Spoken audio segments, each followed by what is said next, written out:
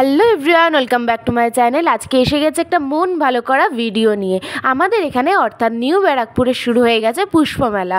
New Barrackpore পৌরসভা আয়োজিত এই পুষ্পমেলায় একদিকে হয় পুষ্পমেলা আর একদিকে হয় অনুষ্ঠান। অনেক নামকরা শিল্পীরাও এখানে আসে গান করতে, যেমন 10ই জানুয়ারি উদিত নারায়ণ আসবে এখানে গান করতে। তো সেদিন অবশ্য আমরা যাব না, তো আমরা যেদিন গেছিলাম সেদিন এসেছিল ঋষি সিং আর সেজুতি দাস। এখন আমরা এসেছি আবার সবজির দিকটাতে, তারপর যাব আবার ফুলের দিকে। এই যে দেখো কি রং বেরঙের লাগছে দেখতে, তাই না? খুব সুন্দর লেগেছে। আমার তো সব থেকে বেশি ভালো লেগেছিল গোলাপ ফুলগুলো, অসাধারণ দেখতে লাগছিল। নানা রকমের ফুল ফল সবজি, তারপর নানা রকমের গাছ, দেখো কি সুন্দর দেখতে লাগছে।